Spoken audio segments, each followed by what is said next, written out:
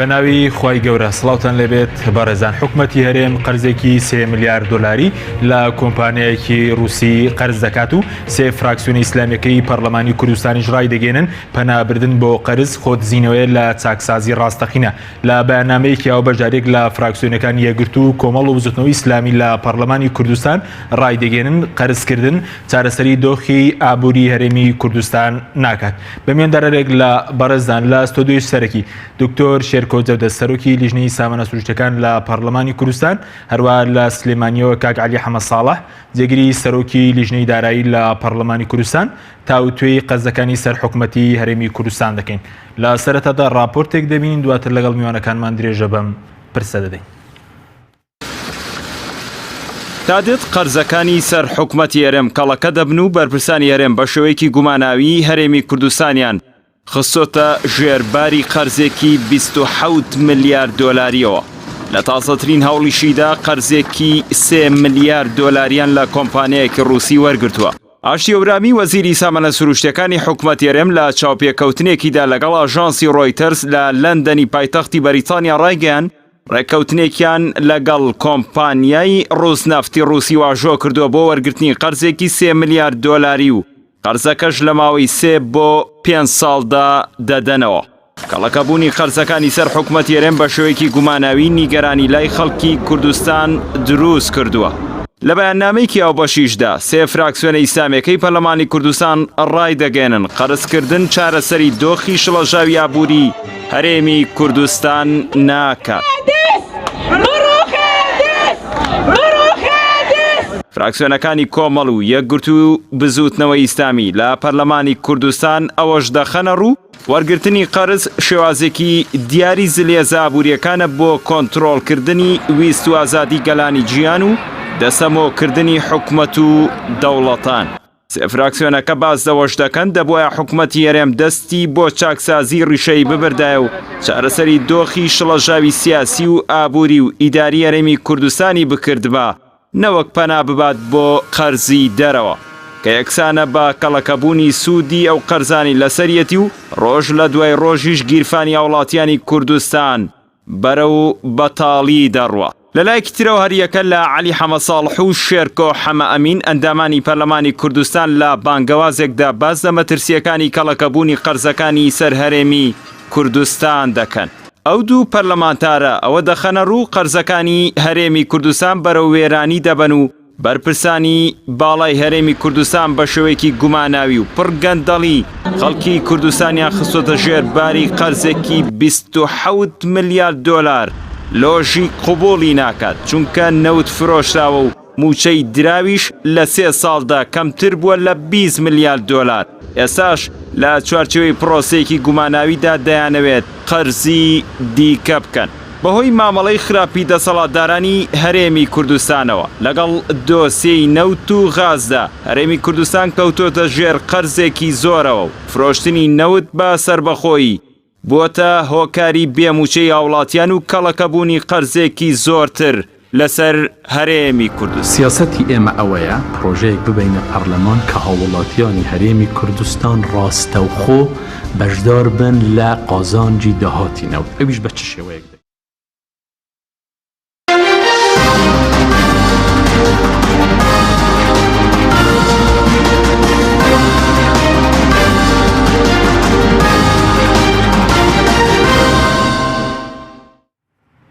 دووبارە سڵاوتان دەبێت بەڕێزان.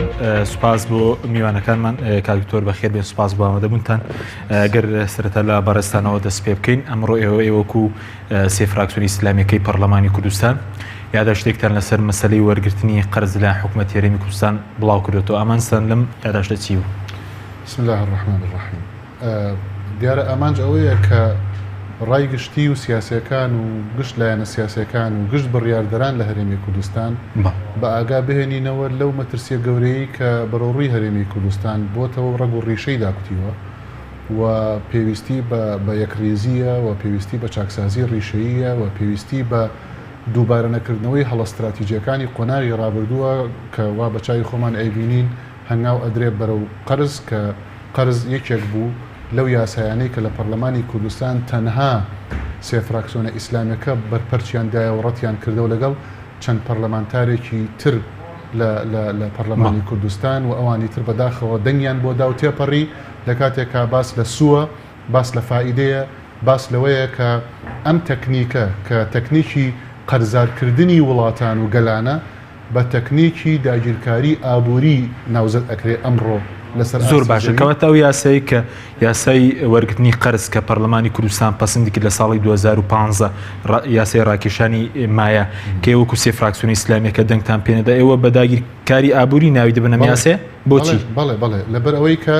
ئەگەر وردەکاری بۆ بکەین و شیکاری بۆ بکەین وەڵامی ئەوانەمان دەست ئەکەوەیە کە ئەم هێرشانە ئەم کێشە و ئەزمانە لە ناوچەکەیە کێ دروستی کردووە بۆ دروست ئەکرێ بۆ میلەتێک لەسەر سەروەتێکی گەورەی نەوتی و گازی و سامانی سروشتی بژی بەڵام هەژار بێ و فەقیر بێ بۆچی ئیرادەی چاکسازی لاواز بووە بۆچی دەرەقەتی گەندەڵی و گەندەڵکاران و تۆڕەکانی دەور و پشتیان لە دەرەوە لە ناوە نایەت بۆچی ئەو ئیرادەیە ئەوەندە بە قووەت نییە کە بتوانێت چاکسازیەکان بکە بۆچی گیرفانی خەڵک بەتاڵە بۆچی ژیانی خەڵک گەیشتووە بەم ئاستە بۆچی وەزعی ئەمنی و عسکەری لە ناوچەکەی ئاوای لێهاتووە ئەمانە هەمووی پرسیارن وەڵامەکەی ئەوەیە کە شتێک هەیە کە بێ ئەم شەڕوونی بکەینەوە بۆ خەڵک کە مەفهومی ئەدەولە العەمیقەی پێوترێ واتە شەراکەتی اقتصادی سەرمایەداری ئەمنی عسکەری لەلایەن زلهێزە ئابووریەکان ئێڵێمەوە زلهێزە ئابووریەکان ئەو زلهێزە ئابووریانە دەسەڵاتیان لە ناو حکووماتەکانی دنیا بەقوترە و طائیفە و قەومیەت و سنوور و دەوڵەتەکان و حکوومەتەکانیان تەجاوز کردووە ئەوانە بە تریلیۆنەها دۆلار سەروەت و سامانیان مەزەندە ئەکرێ و ئەوانە موسساتیان هەیە بۆچی؟ موسساتیان هەیە بۆ اختلاقی ئەزمە و قەیران دروستکردنی شەڕ دروستکردنی ئاژاوە دروستکردنی کێشە اینجا ڕۆیشتن بەرەو ئەزمەی اقتصادی اینجا ڕۆیشتن بەرەو شەڕ و فرۆشتنی سیلاح لەلایەن دەستگاکانی ئەوانەوە کە خۆیان دەستگای تایبەتیان بە دروستکردنی چەک و جبەخانە هەیە اینجا وێرانکردنی وڵاتەکان لە دەرەنجامی ئەو شەڕانەی کە بە سیلاحەکانی ئەوان ئەکرێ اینجا ئاوادانکردنەوە و ئیعمارکردنەوەی ئەو وێرانکاریە لەلایەن موسسات و دەستگاکانی ئەوانەوە ئەمە مەنزومەیەکی پێکەوە کار کردووە لەلایەن ئەو سەرمایەدارە گەورانەوە ئیدارە ئەکرێ و ئەوانن کە ئەم فلیمە بۆ شێوە ڕێگەخەن بۆیە ئەمان تەنانەت تەکنۆلۆژیای پێشکەوتویان لەلایە کە لەلای حکووماتەکان نییە ئەمانە ئەسرار و معلوماتی ژێرزەوی و سەرزەویان لەلایە کە بە ئەقماری سناعی و بە تەکنۆلۆژیای پێشکەوتو سەرچاوەکانی وزەیان لە سەرزەوی مەسح کردووە و ئەزانن کوێ دەوڵەمەندە و کوێ دەوڵەمەند نییە ئەمەی ئەمڕۆ بەرامبەر بە هەرێمی کوردستان ئەکرێ مێژووی ئەگەڕێتەوە بۆ 100 ساڵی ڕابردوو هەر لەو کاتەوەی کە ئیتیفاقی سایکس-بیکۆ تەقسیمی مەنتیقەکەی بە شێوەیە کرد کە سەروەت و سامان مەوزوعی سەرەکی مناقەشاتی بینی فەرەنسا و بەریتانیا بوو لەو کاتەیە کە سایکس-بیکۆ تەقسیمی مەنتیقەکەیان کرد ئێستش ئەو ڕێگوڕیشەیە کە بەکاردێ بۆ ئەوەی کە ئەم منتیقەیە چی لێ بکەن بەڵام ئەوە بەهۆی هەڵی دەسەڵاتدارانی خۆمانەوە نییە ئەمانە پێویستیان بە شوورەکە و پێویستیان بە هاوبەشیە بۆ ئەوەی کە کاریان بۆ بکەن لە ناو هەرێمی کوردستانە و لە ناو وڵاتەکانە ئەم مۆدێلە لە کارکردن ئەم مۆدێلە لە ئیستیعماری اقتصادی ناوخۆی بەڕێوەچێت بە مۆدلێکی تازەیە بە خۆت لە خۆت ئەدا بەدەستی خۆت ماڵی وێرانەکە وڵاتی وێرانەکە دواتر وا لە خۆت ئەکە مەمنونی تەکنۆلۆژیا و سەرمایەکەی ئەو بی بۆ ئەوەی کە قەرزت باتێ دواتر وا لە خۆت ئەکە بێی مەمنونی بی بۆ ئەوەی کە کۆمپانیەکانی بانکەی وڵاتە وێران بووەکەی کە بەدەستی خۆت وێران کردووە بۆت ئاوادان بکاتەوە وەڵحاصڵ بەدەستی وێرانکاری و بەدەستی بنیاتنانەوە ئەمە تەنانەت سیستمەکە وا ڕێکخراوە کاتێککە عقودی درێژخایەن ئەکرێ بۆ نەوت بۆ گازی سروشتی بۆ هەر کانزایەکی تر بۆ هەر وەبەرهێنانێکی تر تحکیمەکەی ئەبێت دەولی بێ یعنی نابێت تحکیمەکەی لەناو ئەو وڵاتەیە بێ ئەبێت دەولی بێ وەکو محکمەی لەندەن و محکمەی فەرەنساکەوانە دوو محکمەی دەولی مەشهورن بۆی کە قەراراتەکان بە قانون لێبسەنن و سەرو ئەم محکەمانە کاتێک کە محکمەی فەرەنسی یا بەریتانی لەندەن حکم ئەدا محکمەیەکی تر هەیە لەسەر ئەوان تەصدیقی حکومەکەکە دواتر ئەینێرە بۆ نەتەوە یەگرتوەکان دواتر تحکیم قەراری تەجریمی ئەو حکوومەتە ئەدا و ئەگەر ئەو حکوومەتە پارەی پێویست نەداتەوە بەو کۆمپانیایە بەو دەستگا بزنسیە حجزی ئەموالی منقولە و غێری منقولی ئەو حکوومەتە ئەکرێ بە خەزانەکانی نەوتی و بە هەر مڵشێکی تر کە لە دەروی وڵات هەیەی پرۆسەکە ئاوا بەو شێوەیە. بۆیە ئەم ناوچە دەوڵەمەندانە ئەبێ گەلانی ئەم ناوچە دەوڵەمەندانە ئەبێ لاواز بکرێن، ئەبێ شەڕی ناوخۆیان بەقوت بێ، ململانی ناوخۆیان زۆر بێ، چقۆبن لە یەکتری پەنجەی یەک بشکێنن، ملی یەکتری بشکێنن، چاڵ بۆ یەکتری هەڵکەنن، تەفریقەی ئەنواع بە تائفی بە قەومیەت بە دین بە ئایدۆلۆژیا بەچی تەفریقەی تیا دروست بکرێ، لە نەتیجەیە گەلانی لاواز ببن بۆی کە ئەمان بتوان ینی گەلەکان وایان لێبێ تەنها بەرپەی خۆیان ئەگەر ببینن مەشغوڵ بن بەنان و بە کارەبا و بە ئاو بەچی ئەم ڕسمە گەورەیە نەبینن کە ئەمە خۆی لە خۆیان ئەو معاملە گەورەیە لە سەرمایه‌دارێکچینە لایکاگالی بە زۆر بە کورتی ئەم داگیرکاری کە ئابووری کەوت وڵاتانی زرهێز بۆ سەر کوردستان بە پشتیوانێکی گەورەی ناوخۆینی ئەوان وەکوتم پێویستیان بە هاوبەشی ناوخۆیە لە هەموو وڵاتێکە لە هەموو شوێنێکا کە ئەمانە کار ئەەکەن ئەو هاوبەشانە کێن ئەو هاوبەشانە کە ئەو زلهێزە ئابوووریانە ئەو سەرمایه‌دارە گەورانە استغلالی خەونە نیشتیمانەکانیانەکەن، استغلالی جەهل و نەخوێندنەواریانەکەن، استغلالی کەم معلوماتیان ئەکەن لەژێر عەرز و لەسەر عەرز، استغلالی لاوازی تەکنۆلۆژیان ئەکەن، استغلالی ئەوانیان ئەکەن بۆ وعودیان پێ ئەدەن بۆی ببنە شەریک و هاوبەش لە ئەمن و لە عەسکەر و لە پارە و لە اقتصاد و لە سامان و ببنە یەکتیم لەسەر ئاسی زەوی. دەکەم دواتەگەرم بۆ لای بەڕێز دەگەر بچینە لای کاگعالی زۆر سپاس بۆ بەشداریکردن لە بەرنامەکەماندا. بەڕێزیشتان بانگەوازێکتان بڵاو کردوتەوە سەبارەت بە مەترسیەکانی ئەو قەرزانەی کە ئێستا لەسەر هەرێمی کوردستان کەڵەکە بوون. مەترسی ئەم قەرزانە چییە کە بەڕێز دەڵێ ئەم وڵاتە بەرەو وێرانی دەچێت لە بەرامبەردا ئاشتێورامی بۆ ڕۆیتەرز کە گرێبەستێکی تازیان کردو لەگەڵ کۆمپانیایەکی رووسی دەڵێ ئەمە پاڵپشتێکی باشە بۆ سربەخۆی ئابووری و باشکردنی دۆخی ئابووری هەرێمی کوردستان. بەناوی خوای گەورە سپاسی جەنابتانەکەم بە خێراتنی دکتۆر شێرکۆوەکەم. من تەیدی قسەکانی دکتۆر شێرکۆوەکەم بە کۆمەڵێک ئیزافاتەوە. دیارە هەرێمی کوردستان ێستا لە قەیرانێکی قوڵی داراییایە و ئەو ژێرخانە کەمە ئابووریەشی کە لە ڕابردووە دروستکرا ئێستا بەرەو نەمان و وێران بوو نەچێت. ڕاستە بەشێکی ئەمە شەریکاتی گەورەی دەولی هاتن ئەم جۆرە کارانەیان کرد، بەڵام تەموحێکی گەورەی فەساد لە ناوخوا هەبوو هەر لە سەرتاوە بۆ ئەوەی کە کۆمەڵک شیرینینە و توەرگرن و لە ناوخوایانە دابەشی کەن و بیخۆن و کەس نەزانێت چی لێت وەکەو 5 ملیارد دۆلاری کە لە بانکی HSBC بۆ دوای گەڕێنراوە بە بانکی کوردستان ئێستاش کەس نازانێت چی لێ هادەم پارەیە و تا دواتر واتە دۆخێکی گەورەی فەسادەیە استغلالی ئەم فەسادیان کرد لە ناوخوا استغلالی تموح و حەزی شەخصی بەرپرسانی باڵای کورد بە تایبەتی یەکێتی و پارتیان کرد بۆ ئەوەی کەم دەست بگرێ بەسەر ئەم دۆخە. ئەمە بەشێکی تری ئەم پەیوەندی بە ناکۆکی سیاسی لە ناوخۆی هەرێمی کوردستانە و ململانی سیاسی لە کوردستانە لەسەر ئەساسێکی شەرەفمەندانەی نەتەوەییانە نییە.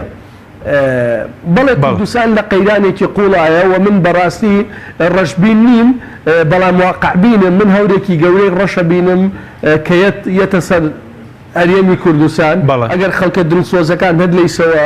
کار دەکەن بۆ ئەوەی ئەم هەورە نەگاتیا نەیڕەوێنەوە بەڕاستی ئایندێکی مەترسیدار. هەرێمی کوردستان لەژێر قەرزێکی قوڵایە. دکتۆر شێرکۆش ئەرقامەکانی لایە ئێمە 2 ملیارد دۆلاری پارەی بانقەکانیان دەستکاری کرد. ئەمە لەلایەک 2 ملیارد دۆلاری داناغاز قەرزاری، کەشفبوونی ئیمێڵەکان و 4 ملیارد دۆلارەکەی تورکیا ئازانین، 3 ملیارد دۆلاری کۆمپانیا نەوتە ناوخۆیەکان، 4 ملیارد دۆلاری کۆمپانیا نەوتە جیهانیەکان، 5-6 ملیارد دۆلاری فەرمانبەران، ملیارێکی بەڵێندەرانی تورکیا، ملیارێ دۆلاری بەڵێندەرانی ناوخۆ. هەموو ئەمانە قەرزن هیچ ڕۆیەک نییە بۆی بزانی چۆن ئەیدەیتەوە و بەشێک لەم قەرزانە فائیدەیان لەسەرە. بۆ نمونە قەرزەکەی تورکیا بەشێکی لە 6 فائیدەی لەسەرە. ئەو پارانەی داناغاز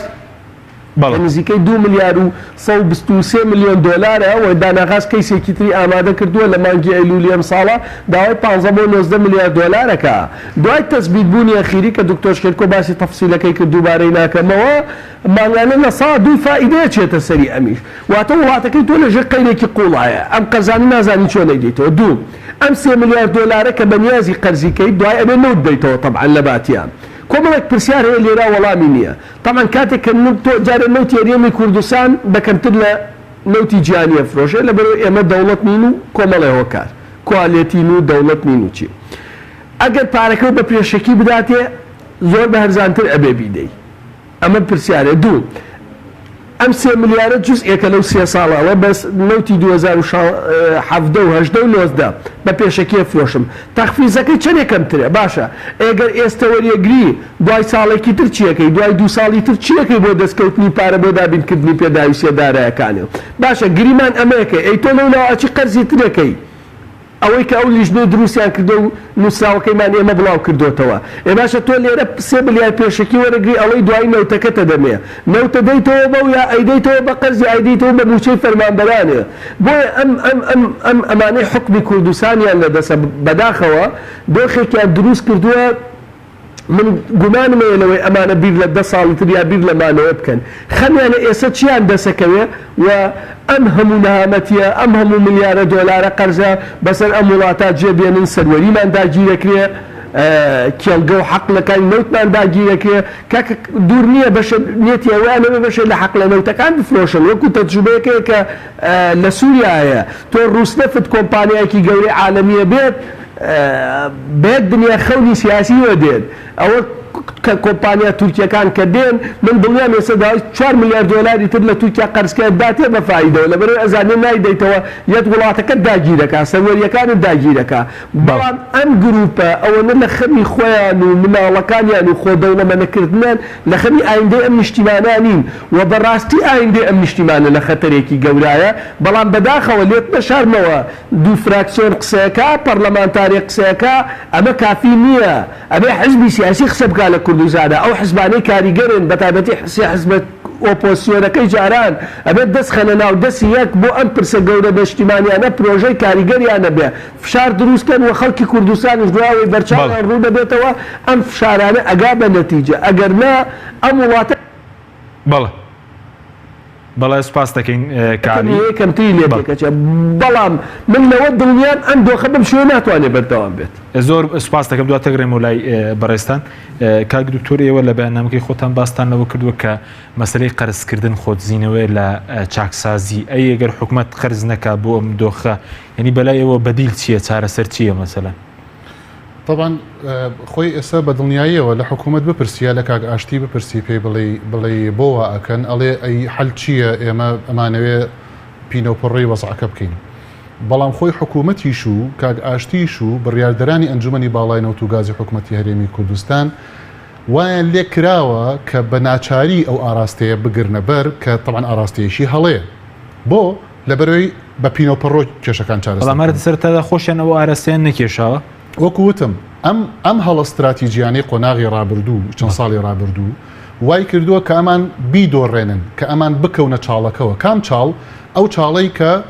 زلهێزە ئابوووریەکان ئەینێنەوە بۆ ئەم دەوڵەت و بۆ ئەم هەرێمانە کە وەکووتم استیغلالی گەندەڵی ناوخۆیی، ئەزمەی ناوخۆیی، جەهل و نەخوێندەواری بڕیاردەرەکان، لاوازی تەکنۆلۆژی، استیغلالی ئەم هەموو فاوارقەکەن گۆڵی مێژوویی تۆمار ئەکەن لە پێناوی بەدەستهێنانی بەرژەوەندی بۆ خۆیانە. لەم حاڵەتانەیە حکوومەت و تەنانەت ئەحزابی سیاسی و تەنانەت جەماوەریش و جەوێکی وای بۆ دروستەکرێت کە هیچ دەسەڵاتێکی نەبێ. بۆ نمونە هیچ هێزیەک نییە ئێستا لە هەرێمی کوردستان بتوانێت عەقدێک لە عەقدەکانی نەوت و گازی هەرێمی کوردستان لەگەڵ کۆمپانیا نەوتەکان هەڵوەشێنێتەوە ئیلا پەرلەمانی کوردستان نەبێ. پەرلەمانی کوردستانیان بۆ پەک خست. ئەم هەڵوەشانەوەیە ئەمان با بەرەو ئەوەی کە بۆ ئەم ئێرادانە پەک ئەخرێ لەبەرەوەی کە ئەوان بتوانن ئیشەکانی خۆیان بکەن. ئەم زلهێزانە کارێکی وا ئەکەن کە ئەگەر تۆ عەقدێکی هەڵوەشێنیتەوە دەرەنجام ئەچێت لە ڕێی مەحکەمەی دەولیەوە غەرامات و عقوباتت وەکەوەی کە ئێستا لە ڕێی داناغازەوە بڵێن ڕووی داوە غەرامات و عقوبات فەرزەکرێ بەسەر ئەو دەسەڵاتەیە و دەرەنجام ئیسیسمار ناکە ئەو شوێنە تەنها غەرامات وەرەگرێ و حکوومەت ئەبێ بیداتەوە. تەبعەنەوە ئەبعادی سیاسی و مەسەلەی زۆنی سەوز و زۆنی زەردیشی تایە. بەڵام ئەوەی کە ئەمەیە بڵێن ئەوەیە کە دەسەڵاتەکان ئفلیج ئەکرێن. بۆ دەسەڵات گەیشتە ئەو مەرحەلەی کە ئفلیج بکرێ لەبەرەوەی کە خۆی کردووە بە هاوبەش، خۆی کردووە بە شەریک، کە خۆی کردووە بە شەریک لە ڕووی ئەمنی و ئەسکەری و لە ڕووی داراییەوە لە ڕووی بزنسەوە طبعا نەتیجەکەی وای لێ دێ کە ئێرادەکە زەعیف و لاواز بێ. ئەمەی سۆڤێت حەزەکەم باسکەم. ئەمەی سۆڤێت طبعا بڵێن بە $40 بۆ نمونە ڕێکەوتنی کردووە لەگەڵ حکوومەتی هەرێمی کوردستان $3 ملیار باتێ و دواتر حکوومەتی هەرێمی کوردستان بیداتەوە بەنەوت. ئەمان طبعاً کاتێک کە بە 40 لە توێی ئەکڕێ مشتری 45 دابین کردووە لەبەرەوە ئەمە یەکەم یا دووهەم گەورەترین کۆمپانیای نەوتی لە عالم ئەم کۆمپانیای ڕوس نەفتە خۆیان یاری بە ئەسعاری نەوتەکەن چونکە لە زۆرێک لە وڵاتەکانە کار ئەکەن کاتێک کە لەگەڵ توی ڕێکەیە بە 40 دواتر بە ئاسانی خۆی دەور ئەبینێ لەوەی کە نرخی نەوت بەرزکاتەوە لە ساڵحی خۆی یعنی لە دوو لاوە قازانجەکە لەلایەکەوە ئەوەی کە لێی کڕیویت ئەسڵەن مشتری گرانتری بۆ دابین کردووە کە لیا قازانجەکە دووهەم کاتێک کە سعری نەوت خۆی بەرزیەکاتەوە و لەوێش قازانجەکە ئەمە یاری پیانەوەترێ مەڵتی نەیشنەڵ کۆمپانیز ئەمە یاری شەریکاتی متعددە الجنسیاتن ئەم نەموزەجە لە داگیرکاری ئابووری کە وەکوتم استیغلالی گەندەڵی استیغلالی لاوازی ناوخۆیی لاوازی ئێرادەکان هەموو کێشە ناوخۆیەکان ئەکرێ هەڵخەڵەتانن بە خەونە نیشتیمانیەتەوەیەکان کەواتان بکەین ئەم مۆدێلانە لەم وڵاتانەیە جێبەجێ کراوە و ئێستش باسیەوەکەین ئێمە لە کام خۆناغین و دواتری ژینە سەر چارەسەر چونکە تەشخیص مۆزوعێکە چارەسەری مۆزوعێکە ئایا ئەمە چارەسەری هەیە ئایا حکومەت ئەکرا باشتر مامەڵە بکە بۆ دەربازبوون لەم قەیرانانە یان نا بە بڕای من ئەکرا و ئێستش ئەکرێ بەڵام چۆن دواتر باسیەکەم لە بەرازیل لە فەنزوێلا گەورەترین مصدری نەوتە لە عالەمە فەنزوێلا بەرازیل فەنزوێلا پەنەما ئیکوادۆر ئەمانە هەمووی هەمان مۆدێلیان لەگەڵا بەکارهێنان ئەرجەنتین تەنانەت ئەو سەرکردە و بڕیادەرانەی کە ڕێگر بوون لە بەردەمی کەشفکردنی ئەم حەقیقەتانە ڕێگر بوون لە بەرامبەر ئیستیغلالکردنی ئەم سەرمایەدارانە بۆ ئەو سەرەت و سامانانە ئەوانە یا کوژران یا تووشی نەخۆشی کران یا دیار نەمان یا کارەساتێکیان لێ بەسەر هات بۆی کە بتوانن ئەوە بکەن غاباتی ئامازۆن گەورەترین غاباتە لە عالەمە ئەمانە هاتن قەناعەتیان بە دەوڵەتی بەرازیلی فەقیر کرد کە غاباتی ئامازۆن و بەرهێنانی تیا بکەن دواتر چەند دڵسۆزێک طبعاً 50 بە 50 دواتر ئەرباح تەوزیعکەن حکومەتی فەقیری بەرازیلی چونکە لاواز بوون چونکە مەشاکلیان زۆر بوو چونکە ئەسڵەن اقتصادێکی وێرانیان هەبوو گەندەڵی خواردبوونی دەرەنجام رازی بوون بەوەی کە ئەرباحی لە 150 دەستکەوێت دواتر چەند دڵسۆزێک حەقیقەتەکانیان کەشف کرد کە پسپۆر بوون لە بەرازیل کەشفیان کرد بەوەی کە کاکە تۆ هاتووی غاباتەکە بە مناسەفە لەگەڵا و بەرهێنان کردووە بەڵام ئەمە مەعادن و کانزایەکی زۆری تایە کە بای ملیارەها دۆلارە ئێوە هاتونم گرێ بەستان ئیمزا کردووە سەرۆکی بەرازیل ویستی عەقدەکە هەڵوەشێنێتەوە تیان زۆر باشە غەرامات هەیە لە عەقدەکە تازە ناتوانانی بۆیە لە 153 خاکی هەرێمی کوردستان بە عقودی شەراکەت بۆ زیاتر لە 25 ساڵی تر بە هاوبەشی فرۆشراوە خاکی کوردستان فرۆش بەڵێ بە عقودی شەراکەت لە نێوان حکوومەت و کۆمپانیا نەوتیەکان بۆ ماوەی 25 ساڵ ئەوە بێ لە مەسلەی 50 ساڵەکەی تورکیا ئەم لە 147 تر کەماوە لە خاکی هەرێمی کوردستان شار و لادێ و شوێنی نیشتەجێبوونن ئەمە ئەگەر بینە سەر ئەوەی کە مامەڵی دروست لەگەڵ ئەمەیە چۆنە مهمترینیان جوڵاندنەوەی بە عکسی ئیتیجاه بە معنای ئەوەی کە نەک هەر سێلایەنەکەی ئۆپۆزیسیۆن ئەبێ دڵسۆزانی یەکێتی و پارتیش بێنە سەرخەت ئەبێ گشت لایەنە سیاسیەکان بێنە سەرخەت ئەبێ کۆمەڵگە بێتە سەرخەت ئەبێ هەموو چالاکوانەکان بێنە سەرخەت ئەمە داگیرکاری ئابووریە بەدیلە بۆ داگیرکاری عسکەری و جۆرە تەقلیدەکانی تر کە پێشتر ئەمە داهێنانە لە داگیرکاریە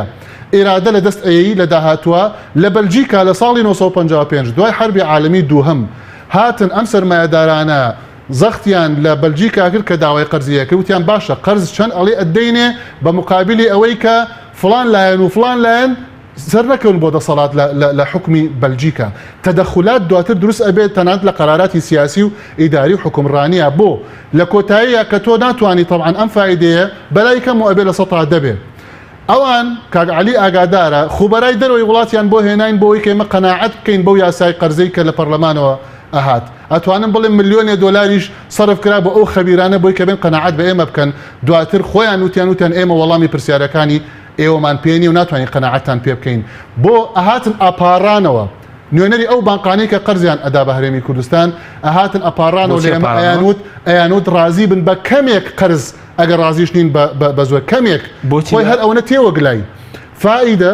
بەلای کەمەوە لە 100 طبعا زیاتریشە ئەمە کەڵەکە ئەبێ یعنی ئەگەر تۆ ملیارێ دلار قەرز کە بێت 10 ملیۆن دلار دواتر فایدە 3 ملیۆن دلار دەبێت چەند فایدەی بداتەوە بۆ نمونە نازانم ڕێژەی فایدەکە بە چەند ڕێکەوتون بەڵام بەلای کەمەوە ئەبێ لە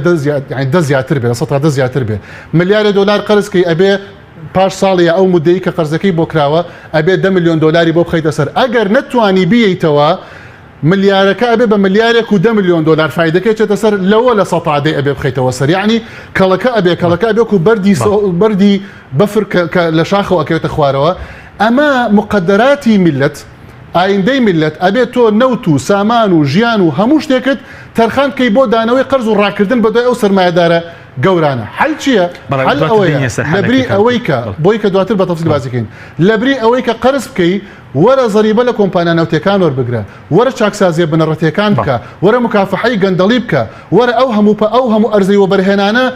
بهێنەرەوە بۆ حکوومەت کە بەهادەر درراوە ڕۆیشتووە وەرەوە بەرهێنان کە لە باری کشتتوکاڵ و پیشەسازی و چەندی شتی تر حکوومەت خۆی ئەڵێ ئێستا داهاتم لە ملیارێک دلار زیاترە لەمانیەکە موچەی فەرمانبەرانی حدودی 450 ملیۆن دلارە یعنی دوو ئەوەی موچەی پاشەکەوتی نایاسایی فەرمانبەرانت پێ دابین ئەکرێ بۆچی ئەچی پەنا ئەبێ بۆ قەرز بۆچی ئەچی پەنا ئەبێ بۆ ئەو جۆرە هەڵە استراتیژیانەی کە مقدراتی ئایندەی ئەم هەرێمی کوردستانە بەڵێ بینەرانی بەڕێز ناوبڕێکی کورتمانەیە دوای ناوبڕەکە دەگەڕێنەوە لای کاک علی لەگەڵمان بمێننەوە سوپاسان دەکەین. بەرنامەی ئەمڕۆ با سپۆنسەری کۆمپانیای ئەسێ بۆ بازرگانی مۆبایل شیری ئەڵتونسا.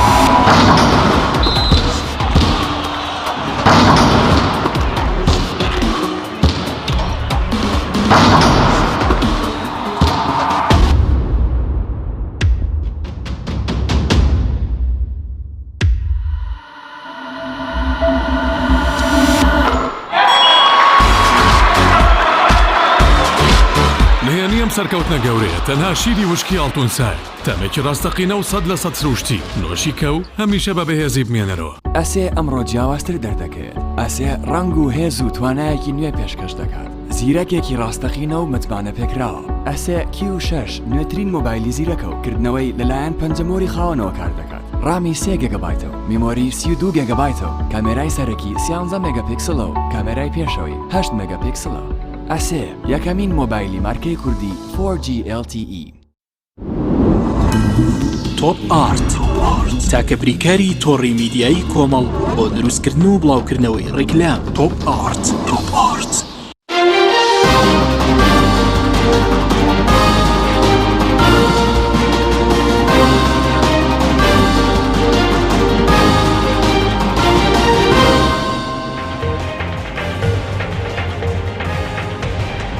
دووبارە سڵاوتان لەبێت بەڕێزان کاک علی گەر بگەڕێنەوە لای بەڕێزت ڕەنگە خەڵکی کوردستان پرسیاریەوەی لا دروست بێ بۆچی ئێستا هەرێمی کوردستان کەوتۆتە ژێر باریەوەی کە 27 ملیار دلار قەرزدار بێ ینی لە ماوەی 2 ساڵەکە نەوت فرۆشراوە ینی خۆموچەی فەرمانبەرانیش نەدراوە ینی ئەو کارەکەی چییە هەرێمی کوردستان وای لێ هاتووە؟ بەڵێ ئەمە وازەحە هۆکارە گەورەکەی چەند هۆکارێکە هۆکاری یەکەم نەبوونی ڕوئیایە بۆ ئیدارە و حکومڕانی لە کوردستانە و دوو ئەوانەی کە حاکمن لە کوردستانە تێوەگلاون لە کۆمەڵک مەلەفی فەسادە و ڕۆژ بە ڕۆژ ئەم مەلەفە فەسادانە زیادەکە ئەگەر نا بەپێی هەموو منتەقێک یعنی لە 3 ساڵی ڕابردووە کەمتر لە 20 ملیار دلار دراوە بە موچە و ئەو لەو تەشکە فرۆشراوە یەکسانە بێتەوە بەم پارە و بگرە زیاتریش تۆ بۆ ئەم هەموو پارە قەرزار بووی ئەمە پێمانەوە فەسادەیە لە کوردستانە. من یەک نمونەی زۆر بەسیط و سادەت بووم بۆی پەرت نەبین لە 3 ساڵاون بووین. من ئەمڕۆ ئەرقامی فەرمی ئەو لەوتەم دەستکەوت کە لە مانگی ڕابردووە حکوومەتی هەرێمی کوردستان فرۆشتوتی بە کەمتر لە 9 دلارم حساب کردووە لە سعری بازاری عالەمی تەنیا بە بۆری بای 786 ملیۆن دلارمان فرۆشتووە. ئەمە جگە لە بەرهەمە ناوخۆیەکان ئەمە جگە لە داهاتی ناوخۆواتە ئەگانەی نزیکەی ملیارێک دلار داهاتەکە باشە 450 ملیۆن دلار دەی بە موچە ئەگەر بە کۆنیش موچە بێ 700 ملیۆن دلاری تێچە بۆ نایدەی 3 مانگی ڕێکە لە کوردستانە وەزارەتی سامانە سروشتەکان ئەعلانی بەیانی نەوتی ئەلان نەکردووە چ داهات خەرجەکەی چ بڕی فرۆشتن کەس قسەیەکی جددی نەکردووە لە کوردستانە من کە وتم تەنیا سێ حزبەکەی ئۆپۆسیۆنی جاران جارێ بایان نەبتوانین قەنەعەت بەم سێ حزبە بکەین قسەیەکی جددی دەنگێکی جددیان لێوە بێ ئەو کاتەیە تەکلیف بەوانە بڵێن کە پشتیوانی و حزبانەکەن کە حزبەکانیان تا سەر تێوەگلاون تا سەر ئێسقان تێوەگلاون لەم گەندەڵیانە بەڵام بەداخەوە یعنی من ڕەخنم لە هەر سێ حزبەکەی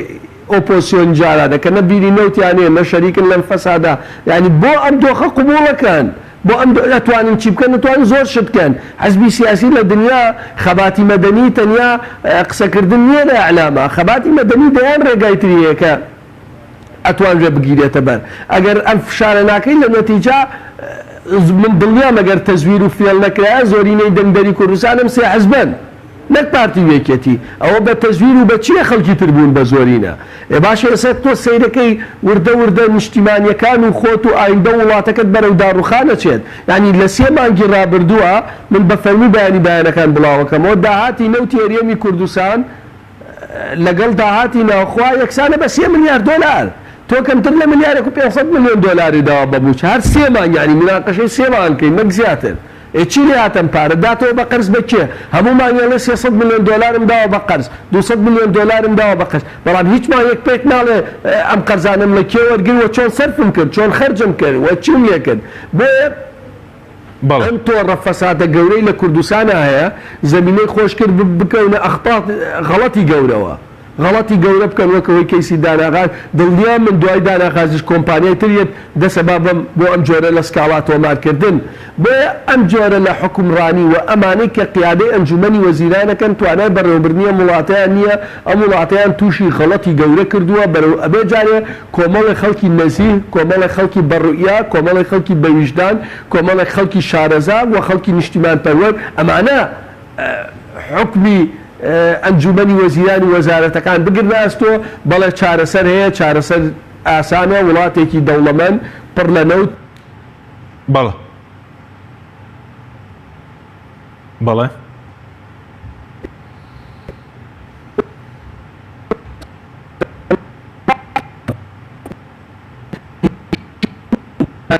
وڵاتە ئێستا چۆن ئەم وڵاتە هەمووی وێرانکەن وێنەوەکانی ئایندە و ئێمەش نەکنەوەکانی ئایندە هەمووان ببین بە قوربانیەکی گەورە بەڵێ زۆر باشە بەس کاک عەلی پرسیار لەسەرەوە ئێستا ئەگەر ئێمە ئەو سیاسەتە سەربەخۆیە ئابووریە کە دەیانوت دەوڵەتی پێڕادەگەێنن ئەگەر دەستیان نەبرد بۆ ئەم نەوت فرۆشتنە هەر لەگەڵ بەغدا بمابێەوە ئەو هەموو قەرزە داهاتە سەر هەرێمی کوردستان و دۆخی موچەخۆرانیش بەم شێوێ دەبوو ئێمە هەمومان لەگەڵ سەربەخۆی ئابووریان بەڵام ئەمە سەربەخۆی ئابووری نەبوو ئەمە ئابووریەکی شکست خواردوو بوو لەژێر پەردەی سەربەخۆی ئابووریە ئابووریەکی شکست خواردوو لەژێر پەردەی سەربەخۆی ئابووریە چۆن ئێمە غازمانەیە لە کوردستانە ئەگەر ئەم غازەمان بەرهەم نەهێنایە لە کوردستانە ئێستا ئێمە کەیسی داناغازمان هەبوو یاخود نە هەر بۆ زانیاریتان کەیسی داناغاز تەنیا 2 ملیارە نییە زەرەری داناغاز تاوەکو ئێستا یەکسانە بە 27 ملیار دۆلار ئێمە نزیکەی دکتۆر شێرکۆ باش ڕقەمەکانی لەلایە شاهیدیشە نزیکەی 16 ملیار دۆلارمان داوا بە گازوایل و سووتاندومانە ئەگەر گازی سروشتی بەرەمبێرە ئەم 16 ملیار دۆلارە نێدا بە گازی سروشتی ئێستا ئەزمەی مالی نەبوو باشە کارەبا 24 ساعتە بوو ئەگەر ڕێگە بدە شاری غازی لە چەمچەماڵ دروست کرا ئێستا پرۆژەی گەورەی پترۆکیمیاوی هەبوو دەستی کار هەبوو مەسانعی گەورە هەبوو مەعاملی گەورە بوو ئەم ئەزەماتە نەبوو ڕێگەی پێ نەدرا لەو لاشەوە یەک دنیا قەرزە بۆ کەڵەکە بێت لە ڕێگەی داناغازەوە باشە ئێگەرم غازە بەرەمێتە خۆی مە پارەمان نەیە دۆڕان بە داناغاز لە مەحاکمە من لەگەڵەوانین بەرهەم نەیە و ئەبێ ئیستثمار کێ بەڵام لەسەر ڕێگایەکی ڕاست لەسەر ڕێگایەکی تەندروست و هەموو بوعدەکانی لێک درێتەوە یەکێتی و پارتی و بەتایبەت پارتی یەکێتی کەمتر لە خەمی ئەوەی کۆمەڵێک پارەی شیرینی وەرگرن و چۆن بەشی کەن و بیبن بۆ خوایتر کوێیان لێ نەبوو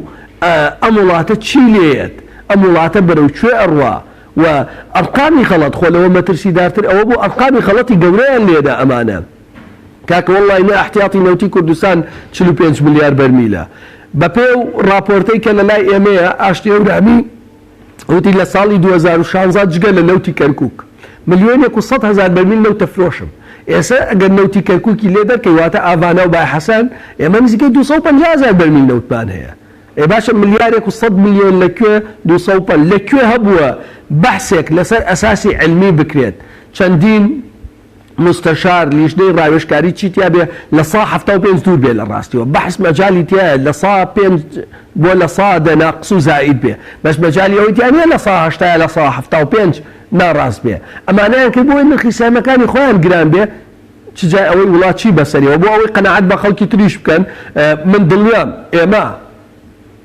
لە لیژنەی پیشەسازی وزە و سامانە سەرچاوە سروشتەکان و خەڵکی تریش ئەگەر پیان بوتینە ئەگەر خۆمان سەر بەخۆنەوت بفرۆشن کوردستانە بێ بە ژێر قەرزێکی ئەوەنە ملیار دۆلاریەوە و موچەی فەرمانبەران نابێت کەس لەگەڵیان نەبوو بەس کاکە بەهاریان دێناوە چۆکە وتیان لە 2016 داهاتی هەرێمی کوردستان بەنەوتەگا بە 30 میلیارد دۆلار ئێستا دەرکەوت 30 میلیارد دۆلار قەرزاری نەک 30 میلیارد دۆلارمان دەستکەوێت 5 میلیارد دۆلاریش نییە 4 میلیارد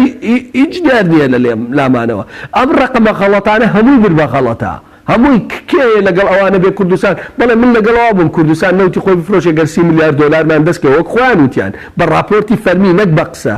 بە کوڕاسەیەک بە تەفاسیل پێیان دای بەڵێ سوپاس دەکەم دواتەگرم بۆ لای بەڕێستان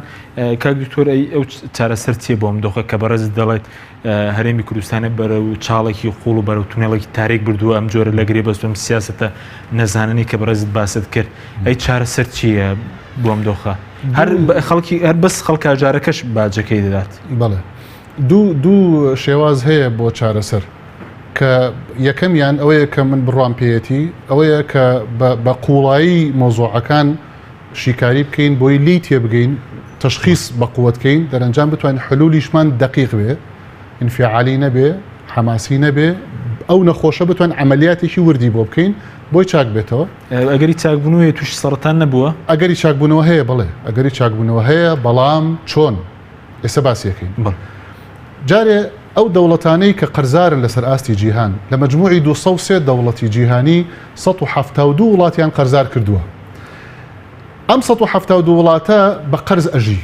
بە قەرز ئەژی یعنی چی؟ یعنی ئەم سەرمایەدارانە ئەم سەرمایەدارە گەورانە بنەماڵەیەکیان کە خۆیان 5 بنەماڵەی گەورن لەسەر ئاستی زەوی بنەماڵەیەکیان خاوەنی زیاتر لە 5 تریلیۆن دۆلار وەکو سەرمایە ئەمانە مؤسساتیان هەیە بە شێوازی جۆرا و جۆر کە ئەم وڵاتانیان قەرزار کردووە ئەم وڵاتانە مەجبور بوون گیرۆدەی ئەوان بن وەڵە ڕێبانقی دەولی و نەتەوە یەکگرتوەکان و ئەم مؤسساتانەی تر کارەکانیان بۆ ڕێگەخرێ لێرەوە ئەبێ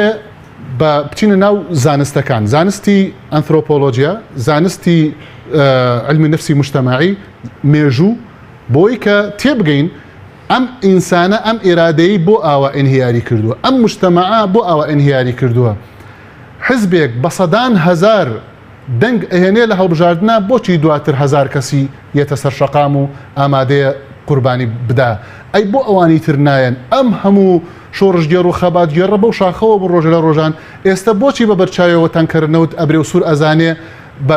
بە گەندەڵی ئەڕوات ئێستا ئەو ئێرادەیی نەماوە کە بڕوڕی بێتەوە ئەم لایەنە سیاسیانەی کە هەموو جارێ ئەڵێن لایەنە سیاسەکان ئێستا بۆچی ئەو ئێرادەیە نییە کە ئەم گرێکۆرەیە بکەنەوە ئەم حکوومەتەی کە دەسەڵاتی تەواوی هەیە لە هەمڕێکەوە بۆچی ناتوانێت ئەم گرەیە بکاتەوە وەڵامەکەی زۆر بە سادەیی ئەوەیە کە ئەمە بەرنمەیەکی درێژخایەن بوو لە مێژەوە هاتوۆتەوە بۆ ئەمڕۆ ئێرادەی کۆمەڵگەی زعیف کردو ئینهیاری بە کەسایەتی ئینسان کردو ئینهیاری بە شخصیەتی ئینسان کردووە ئینهیاری بە عەقڵێتی ئینسان کردووە مجتەمەعاتی بێ ئومێد کردووە مجتەمەعاتی بێ ئێرادە کردووە بۆ ئەوەی کە بتوانێت ئەو سەرمایەدارە گەورەیە ئیشی خۆی بکە و دەستی خۆی بۆشێنێ لێرەیە کاتێک کە ئەمەت پێ ناکرێتەوە ئەبێ عیلاجشی بێ عیلاج یەکەم ئەبێ ئێمە بە خۆمان نابچینەوە ئەم کۆمەلگایە ئێرادەی بۆ زیندوو بکرێتەوە جارێکتر ئێرادەی بۆ پێ بگەێنێتەوە جارێکتر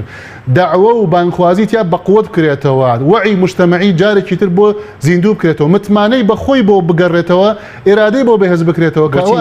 هەموو حزب و لایەن و ڕێکخراوەکان بە هەڵمەتێکی نیشتیمانی بەڕۆڕی ببنەوە ئەوە خەڵی یەکەم خەڵی دووهەم ئەبێ کار لەسەر دەسەڵات و حکومڕانی بکرێ ئەبێ ئەم حیزبانەی کوردستان یەکەم دەرک بەم گورگە خارجیانە بکەن و دەرک بە گورگی گەندەڵی ناوخۆیی خۆیان بکەن ئێستا کامیان خەتەرتن گورگە ناوخۆیەکان یان گورگە دەرەکێکە یەکتی من یعنی یەکتیمی گورگن کە ئەیانەوێت مقدراتی ئەم میلەتە هەڵمژن بەڵام ئێستا بەشێک لە دەسەڵاتداران گورگن ئەبێ لەناوخۆی هەرێمی کوردستانە ئەم لایەنە سیاسیانە دەرک بەم زانستانە بکەن ئەم واقعە ئەبێ لی تێبگەن کە ئەمە پلانی دەرەکی و پلانی ناوخۆییە ئەبێ بێن یەکریزی دروستکەن ئەبێ تەبایی دروستکەن ئەبێ لە یەک نەدەن ئەبێ یەک نەشکێنەوە بۆ چونکە هەموو شکاندنەوەیەک هەموو شەڕێکی ناوخۆ هەموو لە یەکدانێکی ناوخۆ هەموو چاڵ هەڵکردنێکی ناوخۆ پلانی سەرمایەدارە گەورەکانی جیهان ئەهێنێتە دی زیاتر لاوازی ناوخۆیی دروستە بێ زیاتر ئەبی بە پاروو بۆ ئەو و زیاتر ئەو قوتت دەیە ئەوەی ئەوێ ئێستا ئێمە بە لە یەکتێنەگەیشتن بە تۆمەت بەخشین بە یەکتری بە ئەو جۆرەشتانە یەکتری بشکێنی دەرەنجام ئێرادەمان ئەوەی تر لاوازێ بۆیە ضرورە بە زووترین کات ئەم هەموو لایەنە سیاسەکان لەم هەرێمی کوردستانە بێن بڕیار بدەن کە یەکریزی نیشتیمانی دروستکەن بەرامبەر بەم مەترسیە گەورە یعنی لە داعش خەتەرترە لە داعش خەتەرترە وتمان گەندەڵی لە داعش خەتەرترە ئەمە لە گەندەڵیش خەتەرترە بۆچی ئەم قەرزان لە گەندەڵی خەتەرترە لەبەرەوەی کە ئەمە ئەگەر گەندەڵی سەرەتانێک بێ و دەستەکە بکوژێ ئەمە یهلك الحرث والنسل بمصطلح قورئانێکە یعنی ئەرز و خاک و ئینسان و هەرچی مەخلوقاتە ئیبادەیەکا دواتر بۆ لەبەرەوەی کە یەک نمونە بێنمەوە لە یەکێک لە وڵاتانە کە میسرە منطقەیەکیان کرد بە شوێنی کۆکردنەوەی نیفایەتی نەوەوی ئیشاعاتی نەوەوی ئیشاعاتی لەبەرەوەی دەسەڵاتی میسری ئێرادەی نەما لەبەرەوەی مجتەمەعی میسری ئێرادەی نەما ئەو عقدەی کرد دەسەڵاتی میسری ئیشاعاتی نەوەوی بە سەدان هەزار کەسی میسری تووشی ئیشاعاتی نەوەوی کرد تووشی سەرەتانی کرد ئێستا لە بەسرە عینەشتە لە جنوبی عێراق عینەشتە ئیشاعاتی نەوەوی جوندی ئەمریکیەکانیشی کە لە عێراق بوون ئەوانشی تووشی سەرەتان کردو زۆرێک بڕۆن تەقاریری جێشی ئەمریکی لە ئەمریکا کە بەرز دەڵی لە داعش خەتەرترە ئەم قەرزانەی کە ئەو دەسەڵاتدارانە یعنی ئێستا دەسەڵاتداران مەترسیێکی ئەویان لەسەر خەڵکی کوردستان دروست کردووە لە مەترسی داعش خەتەرترە هەڵەی استراتیجیان کردووە ئەبێ ئەو هەڵانە ڕاست بکرێتەوە ئەبێ ئەو یەکریزیە بە زووترین کات دروست بێ ئەبێ بێنە سەر مێزی گفتوگۆ ئەم خەتەرە باسکە نەک بڵێ کێ کورسیە زیاتر بێنە و کێ کورسیە کەمتر بێنێ کورسیە زیاتر و 10 کورسی زیاتر و 100 کورسی زیاتر وا ناکە دەرەقەتی ئەم گورگە بیتەوە لە ناو لە دەرەوە بەشێک لە دەسەڵاتداران ئێستا وەکو گورگوان بۆ ماوەڵەکرد لەگەڵ طبعا یەکێک لەو هەڵە گەورانەی بە بڕای من کە زۆرێکمان تێکەوتوین وا ئەزانین ئەوە حزبێکە و ئەوە عشرەتێکە و ئەوە تائیفەیەکە و ئەوە قەومیەتێکە واکە نەخێوانیە چەند کەسانێکی متەنەفیزن کە هاوبەشن لەگەڵ ئەو زلهێزە سەرمایەدارە جیهانیانە ئیقلیمیانە هاتوون بۆ مانەوەی خۆیان بۆ ئەوەی کە بێزاعی خۆیان تەرویجکەن بۆ ئەوەی کە بڵێ ئەگەر ئەتەوێت لە وڵاتەکەی منە سەرمایە گوزاری بکەی وەرە بۆ لای